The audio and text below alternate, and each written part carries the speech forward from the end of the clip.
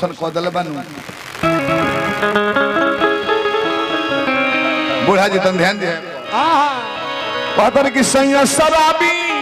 अवेला रोजी देर से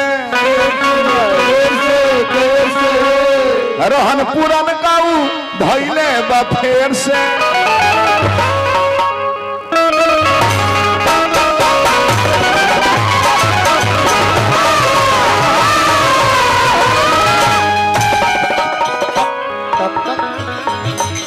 सैया शराबी अवेला रोजी देर से रहन पुरन काऊ धैले बा फेर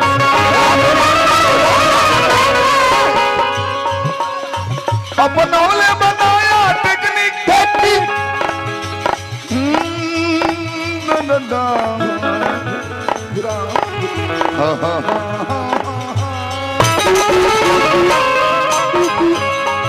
अपनौले बनाया टेक्निक अपनौले बनाया टेक्निक देखती माग फाटता अपनौले बनाया टेक्निक देखती माग फाटता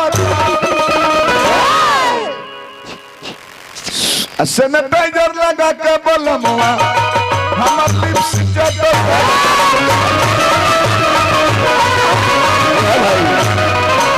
सैनिटाइजर लगा के बोलमुआ हमर लिप्स जटता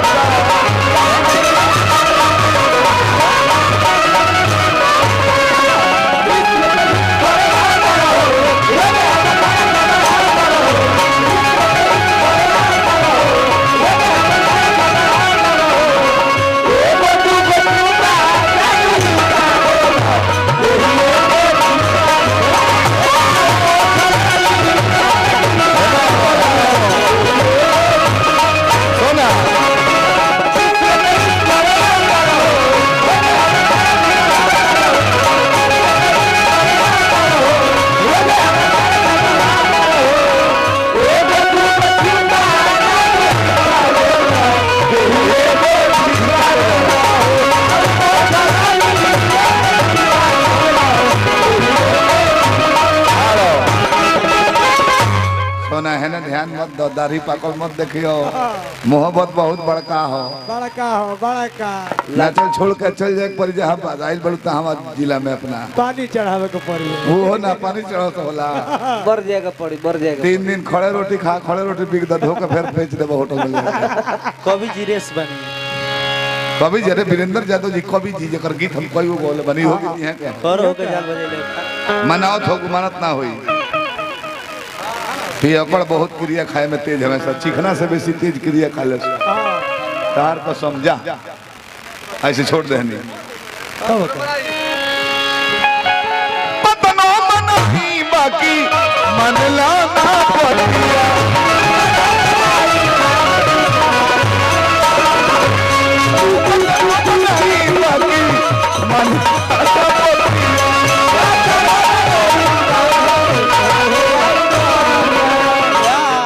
मैंने पूरा तरह के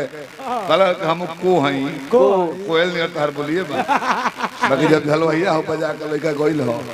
4 गो 10 टकिया देले हो करे 4 गो 500 कोनी है कहता ना 400 दे बदा 4 गो 10 टकिया मान गने बबुआ महान बड़ा तू तारा में 10 को हलवाइया बढ़ गेल तब तार पर लोड ना पड़ी 2 किलो कोबी के दाम बा कम को नहीं डो बड़ा डो